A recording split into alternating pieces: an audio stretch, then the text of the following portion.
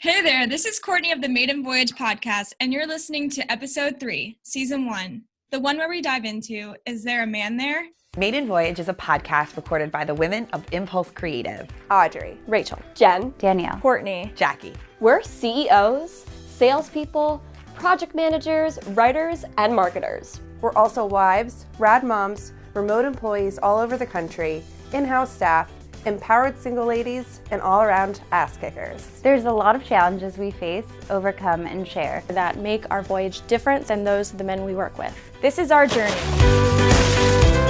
This week's episode is brought to you by Impulse Creative. Audrey, as a project manager, I know this is something that you struggle with your role and some of the clients. So do you want to kind of dive in? Sure. Talk about your experiences? I guess it happened a lot more at the very beginning when I started here about 3 years ago. I felt a lot of the times clients would not necessarily go over my head, but they felt more confident going around me to talk to a man, which made me feel very incompetent and not secure in my role. And come to find out, they would just be asking questions like, I need to change my meeting, which is literally my job. So it got really strange that it wasn't like working with another female on the team that was in the office. They would literally only be wanting to talk to the 2 men in the office. So it wasn't like, oh, she's new, I'm going to go to someone else issue. It was, they literally felt more confident talking to a man. Yeah, and that's, perception. Unfortunately, is that you are sometimes the first person that answers the phone. Now, that doesn't make you the secretary or the receptionist or any of those jobs that are valuable and necessary in this world. But just because you're the one answering the phone or just because you're the first one in the office in the morning, that doesn't make you the person who is just the doormat or, the entryway, the entry point. Right. And it was even worse when I was the only female in here. And, I was for a really long time. So people only saw me as the secretary. Like, it was true. People would ask me questions that have nothing to do with my job just because I'm not where are the paper towels? Like, what? I don't project manage the paper towels. That's not a project of mine. It's so true. It's so true. And unfortunately, this is going to derail. I'm so sorry. But there are times when I think we are asked questions as women that no one would ever ask a man. Like, where's the tape? Where's this? We should put that there. But the man doesn't get up and move it there. They sit there and wait for us to do it. I was very triggered at a work meeting a few months ago that I was like, great idea. Why don't you do it? But it was your idea. I do it. That's just not, that's not how it should go. Or when we're all in a conference meeting and I'm the only female in the room and I'm the one going to get the coffee for the client. Or cleaning up when everyone leaves the room.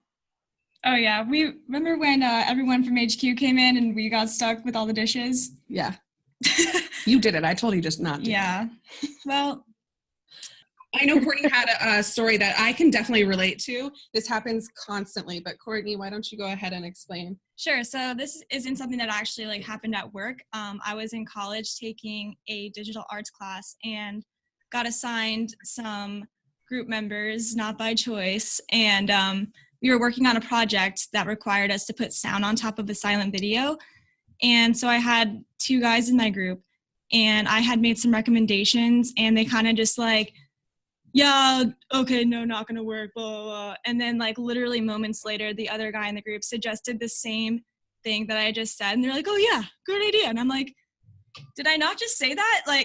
So it's almost like I wasn't taking seriously. And I feel like that's something that we kind of struggle with, I don't know, just in the workplace sometimes. And I know Audrey, this happens to her a lot. All the time. It's so funny because I don't even make a big deal of it. I wish I do, but I'll just be like, I just said that. I just said that. Yeah. And I think Courtney, and this is really funny too, I think Courtney is the only one who even hears me say that. They're still not listening. It's an incompetent thing. They literally, I don't want to say they, because that sounds very mean, but people think we're incompetent just because we're female. And it's why do we have to try so hard to prove our worth when all a man has to do is be there? show up. Yep. It's frustrating. Rachel, I know that you had a good point on this as well. Yeah, when we first started the business and it was just Remington and I, they only wanted to speak to him. So whenever I would answer the phone, which I was usually the first person to answer the phone, they thought of me as a secretary and like a call board, whatever. And they would only want to speak to him. And even if I was handling their entire project, they would want to speak to him. And then he would get off the phone and say what they told him. And I would be like, okay. And eventually I just told them that he wasn't there, and then they would speak to me or something like that. And yeah, I mean, it's been a struggle for a long time until, well, literally the last like 3 years or so. But eventually, once those clients get used to you being in charge, then they will start actually requesting you, or they'll be like, no, I don't want to speak to Remington. I want to speak to her, because they know we get business done. But I feel like there's always going to be that type of person that won't be happy talking to us. Well, sexist. Yeah. Yeah. Like there are still some, because now I feel like the same way, like sometimes I feel like people would rather talk to me because they know that like I'm in the trenches with them, but there's still that one type of person that doesn't think that anything I say has value. Mm-hmm. Or my ideas aren't as good as my male counterparts. Or they don't even hear the ideas, like Courtney's story. And Right. then they will hear the exact same idea and from a man, and it resonates. Right. Somewhat out of character for me, I stopped saying things in certain meetings because I felt like exactly what Courtney was saying, that I just was like not being heard. And so I'm like, well, I'm just going to keep my mouth shut and then let the cards fall where they lay. And that's like not my problem, which it's not my character to be like that. But I think you can only not be heard so many times before you're like, well, I'm not going to say anything now. Yeah. And I took that attitude, and it was disheartening for me to have to feel that way. But I also think that, I'm relatively new at the agency, and maybe I felt like I didn't know as much as I should to contribute to the conversation. And I kind of took it up the ladder a little bit and was told like, no, like my thoughts are good. My ideas are valuable. They do need to be heard, which is why I'm invited to the meeting. And like, I was instructed to speak up, and if not, there would be ramifications negatively, which was really empowering. So the next time I did go into a meeting, it was like, you're wrong, and here's why you're wrong. And Right. I just keep pushing forward with that. And that's, we've all been in these situations. I've even had them in sales meetings where people were like, oh, I thought, like this guy and this guy were going to be here. And I'm like, well, I don't know who told you they were coming. They weren't on the invitation. So it was rather clear they weren't invited. And honestly, they don't know anything about the conversation we're having. So I don't know why you expected that. And I think it's easier for me personally to like push back on people who aren't internal, right? It's easier for me to say to a prospect, like, no, dude, this is the end of the line. If you want to price about something, it comes from me or it comes from nobody. But it's harder for me to do internally to say, colleague, please don't talk to me like that. Or colleague, please don't ignore me like that. Because I don't know, it makes me feel like I'm a whiny baby or something. Yeah. So I struggle with that still. Well, and it's also easier for them to ignore / disregard because they do know you well too. Do you guys feel like you get interrupted a lot too? Like, I don't know if it's like, I feel like this happens to me all the time, like my family and like just in general. And like, I guess I'm kind of like infamous for like horrible storytelling. And I have a theory behind that. And that is because I am so used to being interrupted that by the time people are still listening, I'm like, oh my gosh, like I haven't been interrupted. Like I didn't plan this far in advance. Like I didn't plan the ending to the story because I'm so used to being interrupted. And like, I really wanted to interrupt you, but I didn't. But is that just me? Like, is it because my personality? Like, am I just soft-spoken? Or is it just like because people don't take us seriously? Or like, what is it? It's a combination of you being a woman and young and pretty. I'm blonde. You were easily dismissible by a large part of the world. And I hate to say it like that, but I've been there. We all have, and that's just how it goes. I've been interrupted, maybe like not as much, but I've got a pretty aggressive personality. Maybe not as aggressive and loud as Jackie. Love you, Jackie. But yeah, I usually am the person to interrupt. So sorry about that. Sometimes I think you need to be like assertive and circle back, because that happened to me a lot in the past where I would be interrupted, and then my defense mechanism, right, would to be like to shell up and not say what I wanted to say because I would just assume clearly somebody doesn't want to hear it. But I think something that I've tried to do since then is to circle back or kind of like wait and kind of like Rachel said, like be a little bit more assertive about it and bring up, but not in like a bitter way, the fact that you were interrupted, but just to like make note to let them know like, oh, I'm circling back to this. You know what I mean? It doesn't have to be in like a nasty sideways, like, oh, thanks for talking over me kind of way, but you can still make a point to say like, hey, I'm going to be heard. Right. And actually, Jen, you're bringing us right into where we need to be. Mechanisms to overcome our feelings or our situations. For me, I'm going to piggyback off of you, Jen. I know a lot of it has to do with confidence, but I also, like Jackie said, I don't give them another option. Like, I'm sorry, the whoever man in the office is not available right now. If you want something done, I'm your girl. If I can't help you, then I'll go ahead and ring a friend and call you back. So I kind of just, yeah, it's me or nothing type thing. Right. Totally. And I think to like kind of jump on that too, I feel like a big thing is that when people respect authority, sometimes an order needs to come from the authority figure they respect.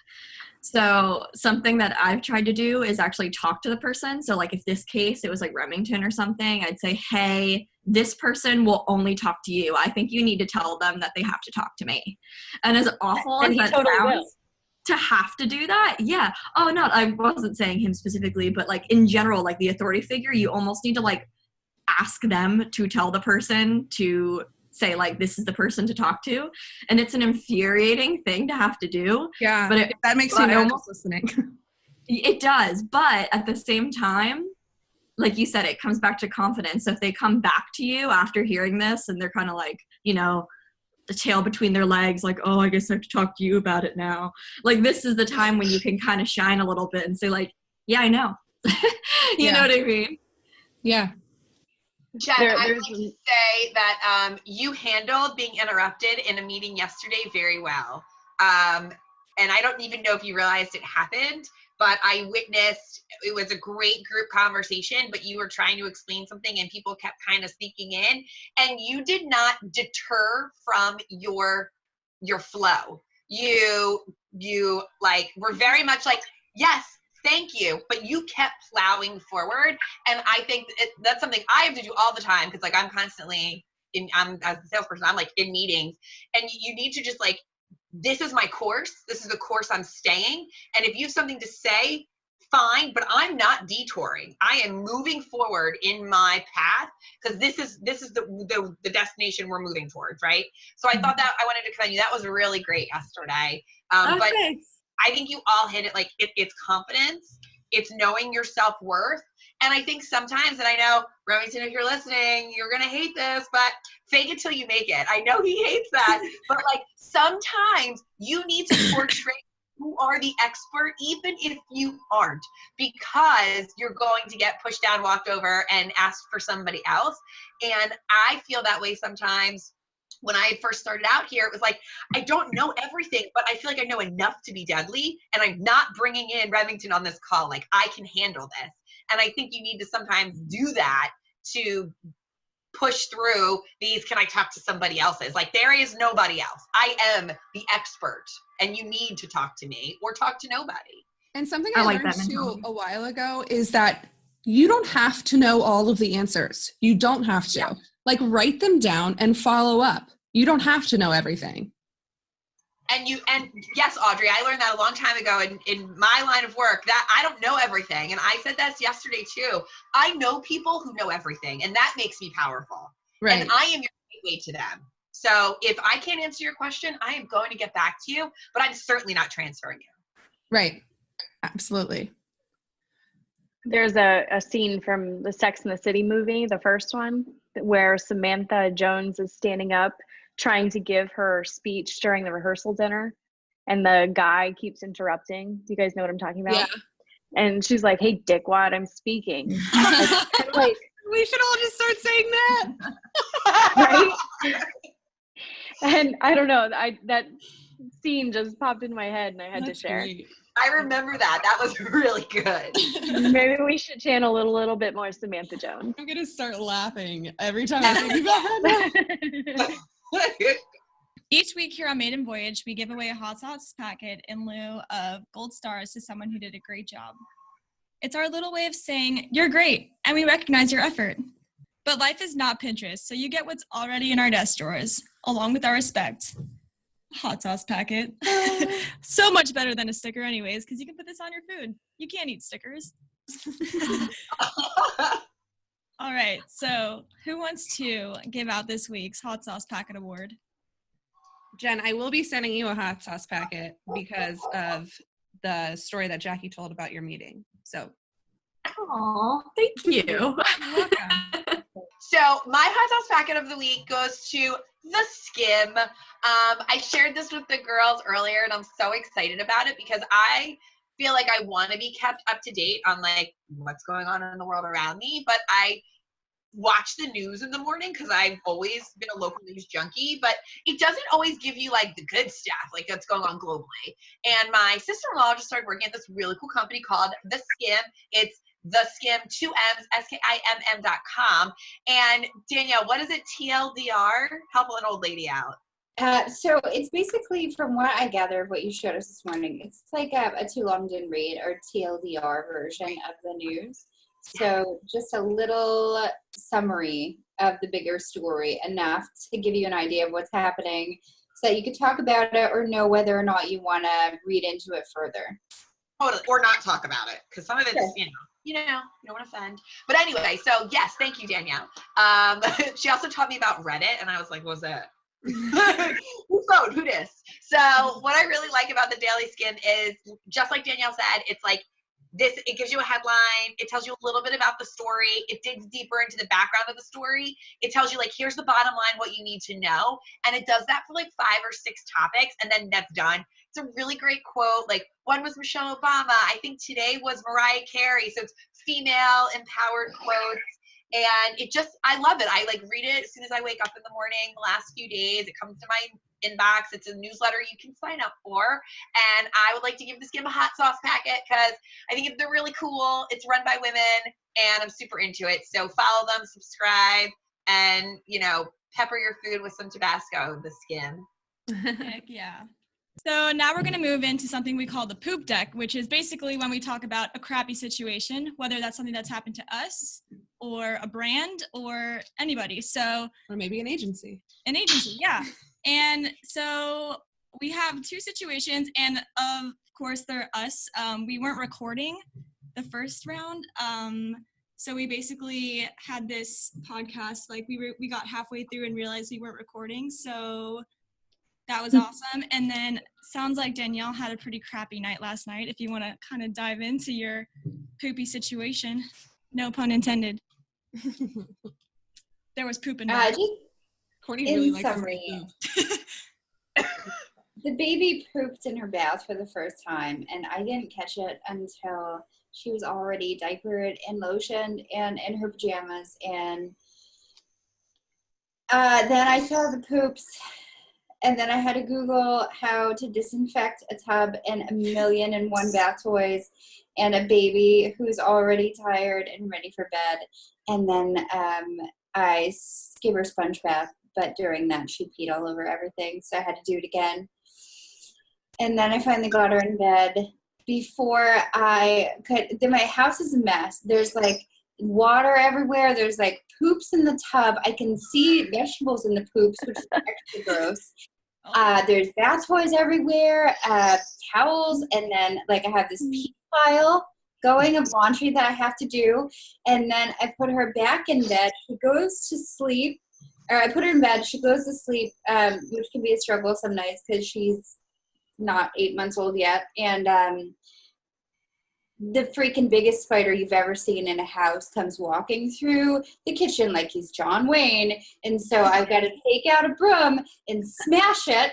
And the problem with that is it woke her up because I'm like slamming the broom on this thing because I'm terrified. My husband's at work.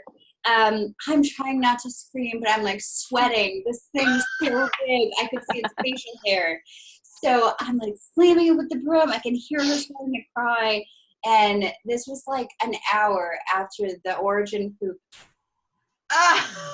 And then she was so riled up, it took like another hour to get her back to bed.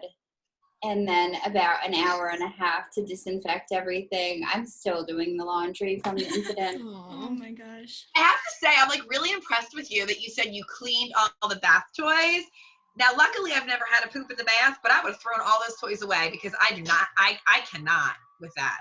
Yeah, I didn't know what the protocol was. Like, I posted in my mom's group immediately, like, oh my God, what do I do? What do I do? What is the protocol here? And then I Googled it. And Next time, text me. The moms in the moms group thought to wash the baby down. They're like, I wouldn't even think about that. But here I am like, she's been playing in poop water for like 15 minutes. I can't just let that go. Nobody wants to play in poop water. Here's the gross part about the bath toys. You have to squeeze the water out of them because they're Munchkin squirter toys. And you have to squeeze all the water out and then wash the inside by like filling them back up with water. So there I am with pink jellyfish toys and like black thing with squeaky toy and 9 o'clock at night with my glass of wine. Like, are you kidding me? Yeah, and I'm swishing the water out, filling them back up. Next time, just do a vinegar bath. All right, and can I give you a fun tip about the toys? Hot glue gun the hole, then water can't Plug get it up. them. See, this is the thing about being a newer mom. You don't know all the life hacks that, yeah. Well, I got that one for Pinterest, so. It's great. I'm going to do that before the next turd.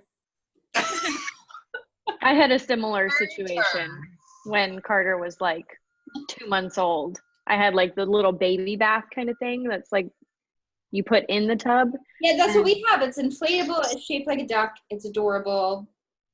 But it wasn't, I didn't have vegetables floating or anything, but you definitely knew he pooped because it like floated on the top and it like became bubbles. So, yeah, that was my one and only.